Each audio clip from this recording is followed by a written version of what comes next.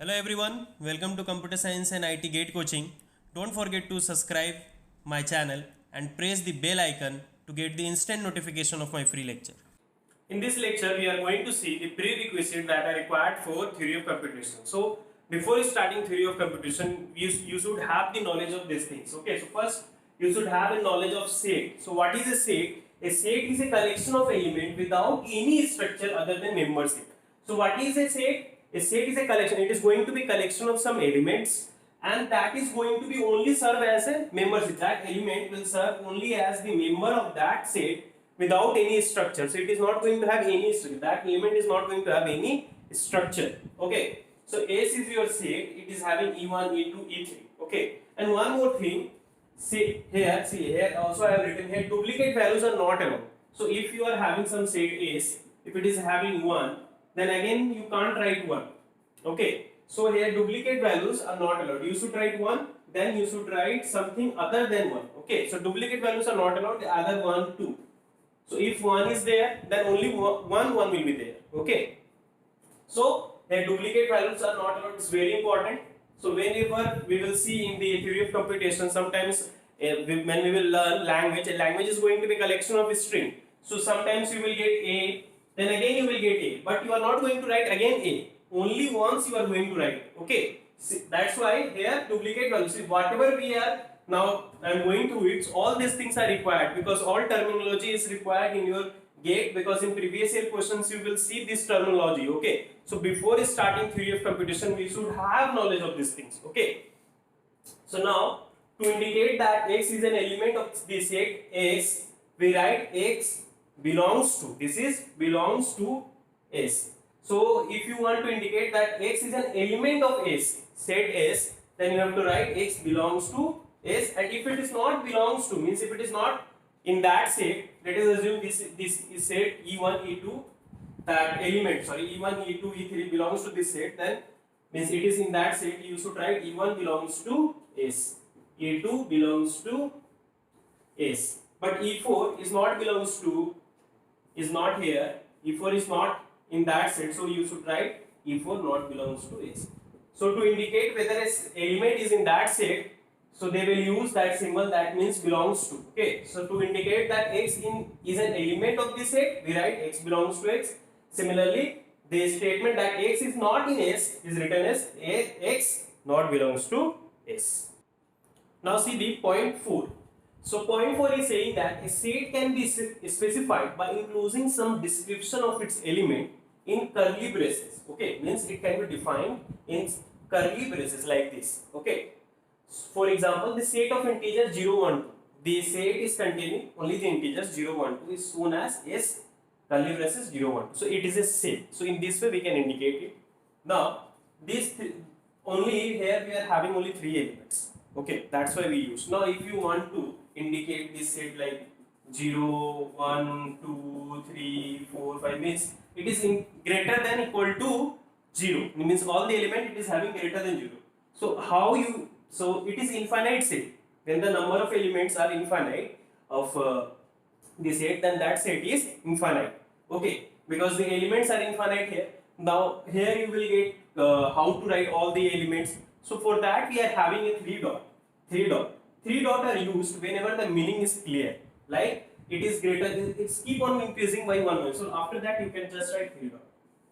Okay.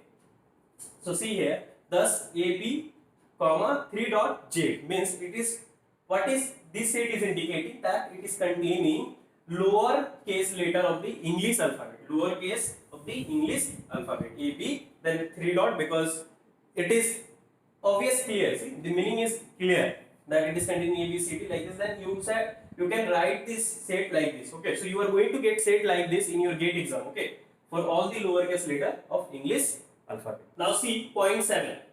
So point 7 is saying that, see, you have seen the description how set was containing like 0, 1, 2. This you have seen only. This way also you have seen.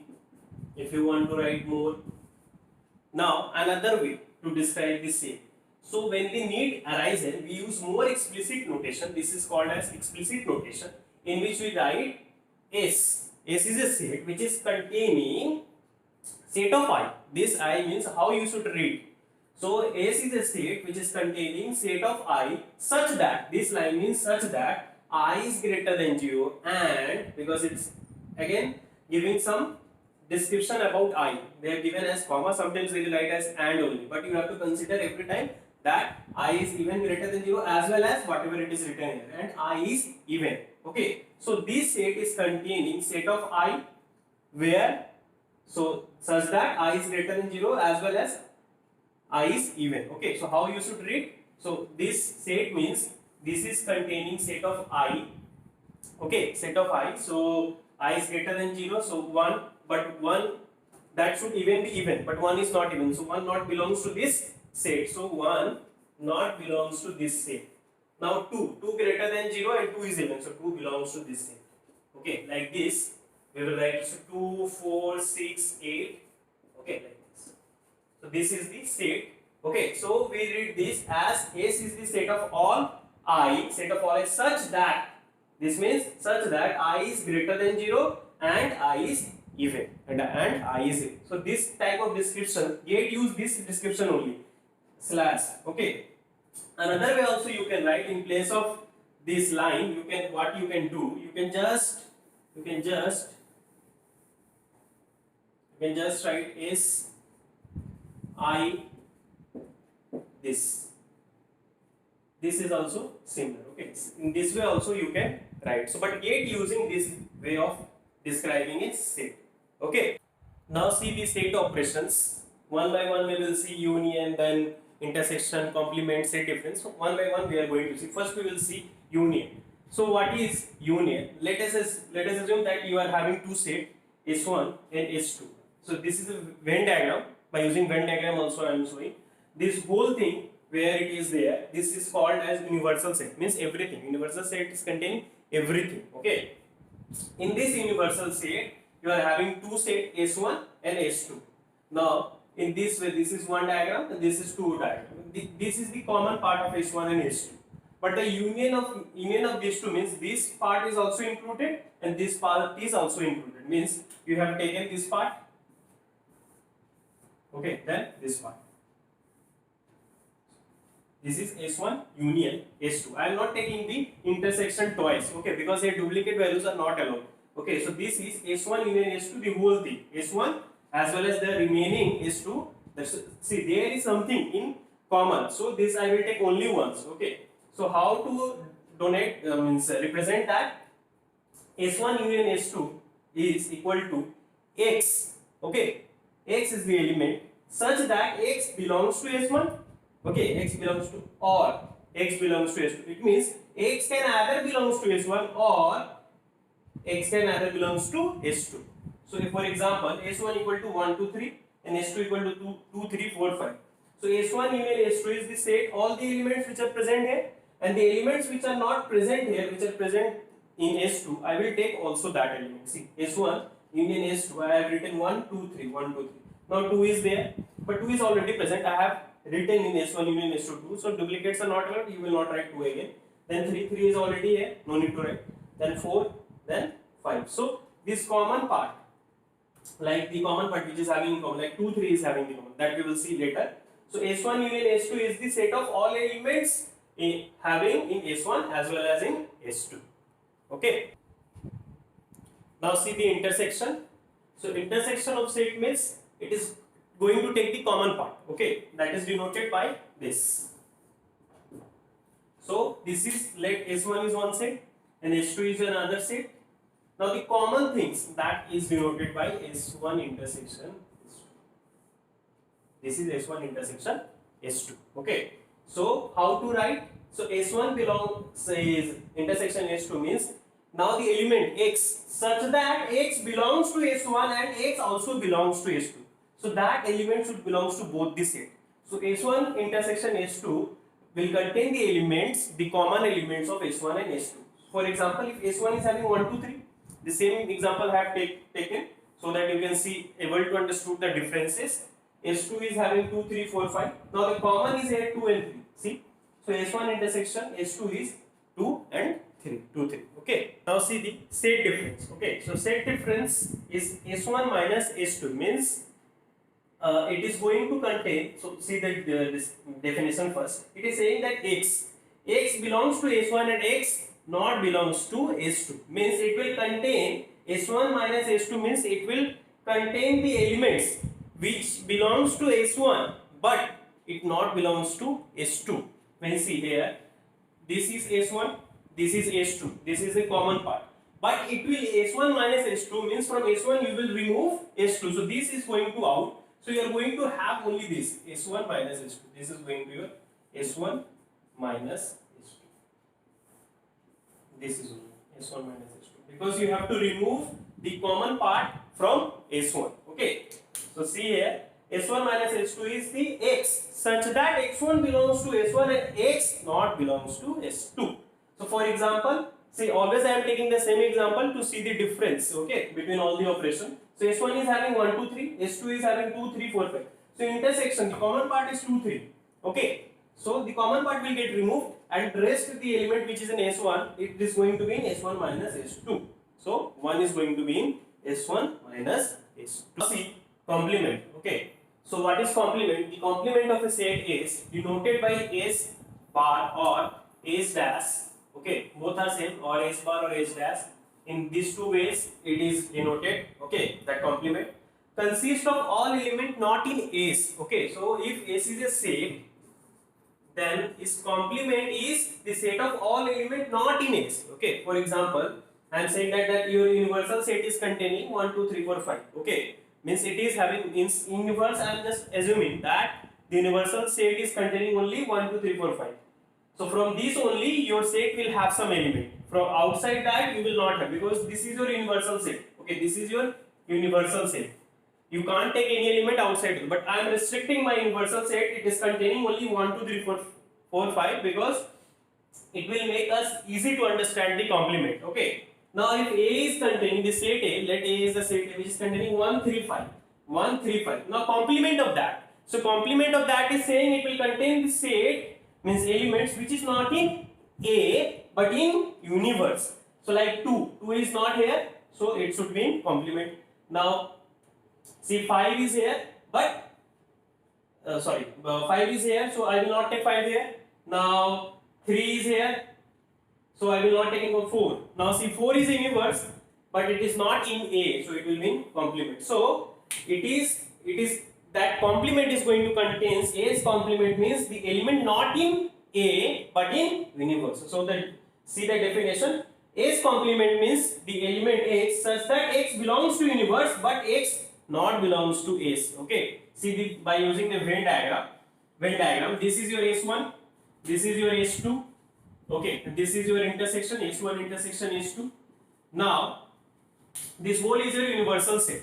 Now I want the complement, means other than S1, everything I want. So this is your S1 complement. See, other than, see, this is your S1. Other than that, I am taking everything. So that I am marked like this like this.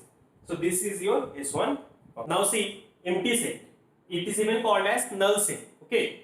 So from the name only you can say that it is going to be empty. Means nothing is going to be present in that set. Okay. So the set with no elements. So it is not going to have any element. The set with no elements called the empty set or null set. So empty set and null set is same. Okay.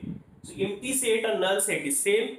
It is denoted by like this. That is S equal to empty set. Okay. So you note that one. S union phi is equal to, now you are doing union with empty set. You will get S only.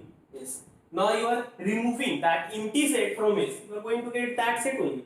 This is set difference. You are removing the element from S from this set. This set is not containing anything. So you are going to get S only. Now you are doing the intersection. So S intersection empty set. Empty set is not having anything. So you are not going to get anything in common. So it is again going to be empty. Understood? Now complement. Okay, empty set complement, you are going to get universal. So empty set is like this. Now its complement means contain everything other than empty. Means it is going to contain universe. Okay. Now see, In GATE exam, sometimes they are using complement as single dash that we have seen, double arrow like this. Now C also they are using as complement. Now S complement, that complement it is going to give S only. Okay, let me take that in example. S, you assume universal as 1, 2, 3, 4, 5. Okay. Now S is containing 1, 2. Now S complement is going to contain other than 1, 2 and the things which are in universe. So I am assuming that universe is this. So it is going to 3, 4, 5. Now again you are going to do the complement of that. Okay, again you want to do the complement. So S complement, again complement is going to give you, see, other than 3, 4, 5. Other than 3, 4, 5 is 1, 2. So you are going to get S only. Okay. So 2 times complement is going to give that set only. Now see De Morgan's law. Okay. So De Morgan's law is saying that S1 union S2 whole complement. Okay. This is the whole complement. S1 union S2 whole complement is equal to S1 complement intersection S2 complement. If it is having union inside, then it will get converted into intersection. So S1 complement intersection S2 complement. Now, if it is having S1 intersection S2 whole complement, then it will be S1 complement union S2 complement. So, this De Morgan's law is useful, okay? Because when I will teach you languages in TOC, we are going to use De Morgan's law, okay? Now, see subset, okay? So, what is subset? If A and B are set, and every element of A is also an element of B, okay? If A and B are set, and every element of A is also in B, then A is subset of B. Then we can say that A is a subset of B, or A is included in B. Okay, because every element of A is in B, that's why we can say that A is included in B. Okay, denoted by A subset of B. Or another way we can say that B is superset of A, or B includes A, denoted by B is superset of A. For example, if ABC I am taking 3 set, A is having 1, 2, B is having 1, 2, 3, and C is having 1, 2, 3. Now, every element of A is a part of B, so A is a subset of B. Now, every element of A, see, every element of A is also an element of B. See, every element of A is also an element of B. Similarly, every element of A is also an element of C, A subset C. Now, for B is also a subset of C, and C, because 1, 2, 3 is also an element of, is also all the element of B, 1, 2, 3 is also in C. That's why I am saying B is a subset of C. Even the element 1, 2, 3 is also the element, this element is also in B. So I can even say that C is also a subset of B. Okay. So here it can happen that it can have the exact value. Okay. Means whatever element I am having in C, I can have that in B. So from this what I can conclude, that I can say that C is also a subset of C. Same subset. Every set is a subset of itself, because it is having, according to the definition, a set can be subset of other if the element, if A and B are two sets, if all the elements of A is a part of B, then I can say that A is a subset of B. Now since C, every element of C is a part of that, that's why every set is also itself a subset of, means every set is also a subset of itself. Okay, so you should write every set is subset of itself. Now see, a strict subset, or it is even called as proper subset. Okay, so strict subset is even called as proper subset. So what is a strict subset? If A is a subset of B, if A is a subset of B, but A is not equal to B, A is a subset of B, A is going to, so for proper subset, A should be a subset of B, but A should not be equal to B. A should not be equal to B. So A is going to be a subset of B, but it should not be equal to B. That is, there exists at least one element of B which is not an element of A. Means there exists some element of B, at least one element in B, at least one element in B, that is which is not an element in A. Okay. Then A is also called, then A is also a proper or strict subset of B. Then A is also a proper or strict subset of B. This is written as A subset of that proper subset, that here is a one mark. Okay.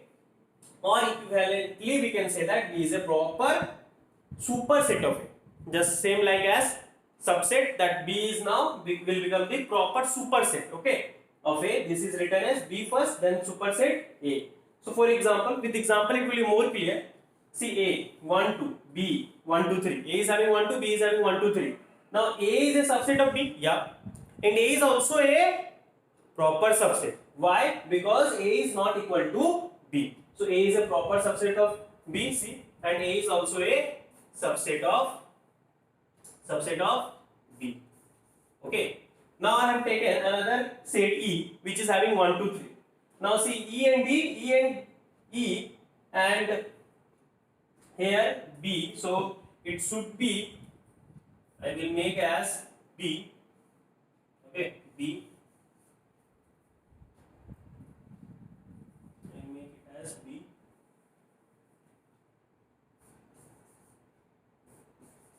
Now see, tell me whether B is a superset of E. No.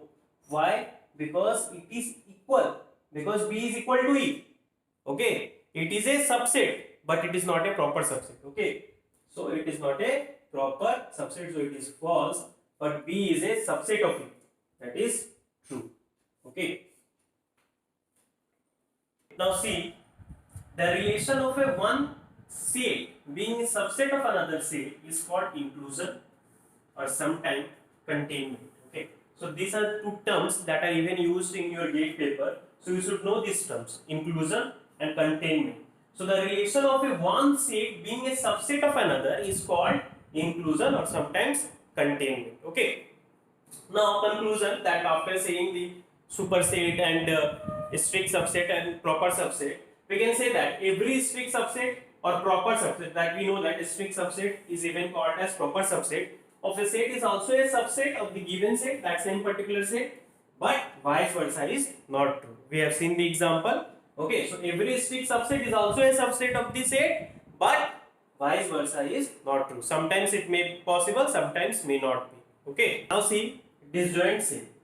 So if S1 and S2 have no common element, if these two set, if S1 and S2 are not going to have any common element, that is S1 intersection S2 is going to be empty set, then the set are said to be disjoint set. Okay. Example, S1 is having 1 2, S2 is having 3 4. See, intersection is empty.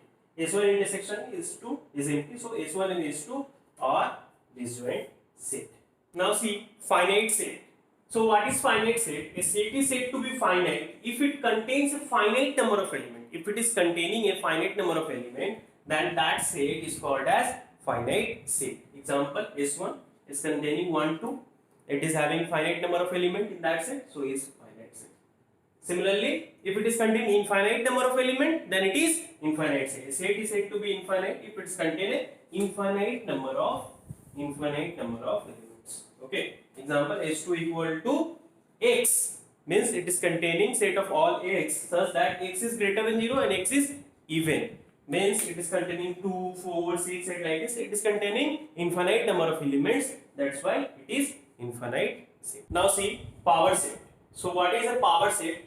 The set of all subset of a set S is called the power set of S. Means if S is your set and a set which is containing set of all subset of that S, then that set, that would be S, that set is called as power set of S and is denoted by 2 to the power S. So if this is your set, okay, so empty set is a subset of that, it is containing there. A empty set is going to be a subset of all these sets. Okay. Now set which is having only one element A, B, C. Now the set which is having two elements A, B, AC, BC. Now the set itself is also a subset of ABC. Okay. So how we will write the power set? So power set is a set which is containing set of all subset of S of any set. Okay. Here I am having S. That's why here I am saying S. And empty set is going to be a set. Empty set is always going to be a subset of every set. So you can say that empty set is always going to be a subset of every set. Okay. So empty set is always going to be a subset of every set. Here, that mod of S means here cardinality means number of element in S. This means if you are writing this means number of elements in S. Okay.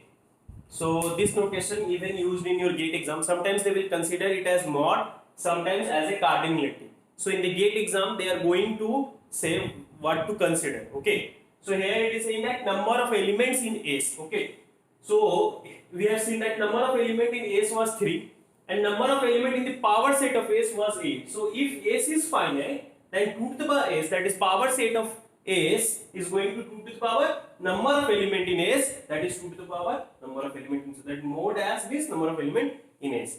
So it is like 2 to the power 3, so you will get 8. So number of element here is equal to 8. Now if it is finite, then we are having a formula. But if it is infinite, then 2 to the power S is always also going to be infinite, because power set of S is going to contain set of all subset of S. Since set itself is infinite, so its subset is also going to be infinite. Okay, understood? Now see the Cartesian product. So the Cartesian product of two set, which itself is a set of ordered pair, we write. So the Cartesian product of two sets. So I am first saying our two set. The Cartesian product of two set, which itself is a set of ordered pair. So it is, so which itself is going to be set of ordered pairs. So ordered pair means like this, 2, 2, 2, 3. So it is going to be a set of ordered pairs where we write S1 into S2 is the Cartesian product that we are, means this S1 into S2 is the Cartesian product that I am writing as S. Okay, so Cartesian product of S1 and S2, I am assuming that this is a set S. Now how I will take the element?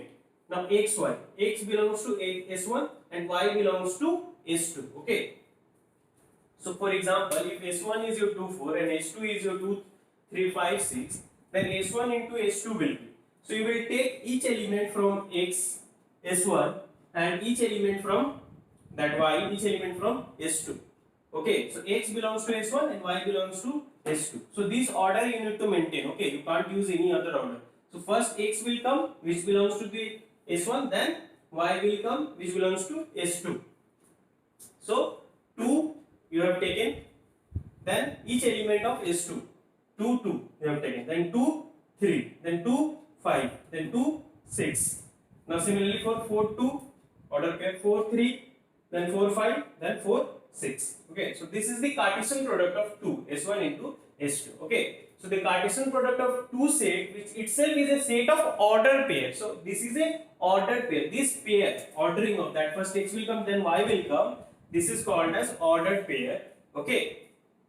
Now see, here also I have written the order in which the element of a pair are written matters. Okay, so how I am writing the element, it's matter. We can't write, see the pair 4 2, here the pair 4 2, we can't write it as 2 4. See the pair 4 2 is in S1 into S2, but means it is in the Cartesian product of this, but 2 4 is not. Okay, so you can't interchange. First x will come, then y will come. Okay, this is the Cartesian product of two set. Now see, the notation is extended in an obvious fashion to the Cartesian product of more than two sets. Generally, if you are having S1, S2 like this Sn, so if you are doing Cartesian product of more than two sets, then how it will be? So first that S1 element will be there, x1, then x2, then x3 like this till xn. Okay, it means if S1, S2 into S3 you are doing, so it will have the element, let us assume it is having 1, it is having 2, it is having 3. So element will be like 1, then 2, then 3. Okay, so first the element will be of S1, then x2 will be the element of S2, then x3 let us assume, then S3, similarly xn, so that such that xi belongs to Si. Okay, same. So in this way the Cartesian product are going to form. Okay, now we will see function. Okay, so what is function? A function is a relation between sets. So it is a relation between sets. Okay, So that associates every element of first set with exactly one element of second set. So it is going to have a relationship between two sets. Let us assume one set is this. So every element of this first set is going to have exactly one element. See, exactly one element in second set. Okay, so a function is a relation. Okay, it's a relation between two sets. You can say that between sets also you can say that in such a way that every element of first set is going to have exactly one element. Okay, exactly one element in second set. Okay, and that first set is called as domain of function. This is called as domain of function, and the second set is called as its range. Okay, so see, the first set is called the domain of f, and the second set is its range. Example. So x and y have taken two sets. X is containing 1 to 3 and y is containing abc. So this function is from x to y. So since this is the first set, so it is a domain. This is the second set y, so that's why it's the range. Okay. So now I have told you that function is a relation between two sets or sets in such a way that every element of first set is going to have exactly one element in another set. So every element, so that's why I have written here 1, 2, 3. So here every element, see 1, 2, 3 I have given. Every element of first set I have associated one element in another set. So 1 is associated with D, 2 is associated with C, and 3 is associated with again C. See, it can take the same element. Our definition is not saying that it will take only the elements which has not any image in X. Okay, it is not like that. Okay, so it is just saying that every element of first set will have exactly one element in the second set. So here, if some element are vacant, fine, it is allowed. But here it's not, because it's every element. Okay. So with the definition you should go. Okay. Now say whether the given relation is a function. Okay. You have to say whether the given relation is a function or not. So the first example is saying that it is a relation x and y. Now 1 is having associated with B, 2 is having associated with B, 4 is with C.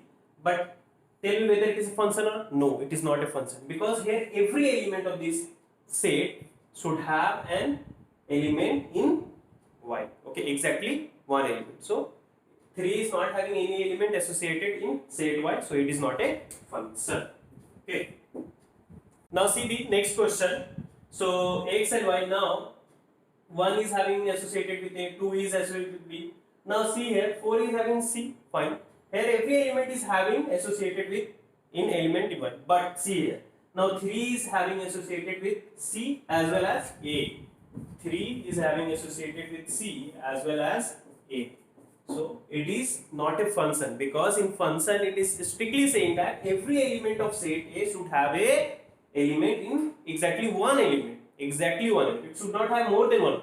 3 is having more than one element, so it is not a function. Now see the third example.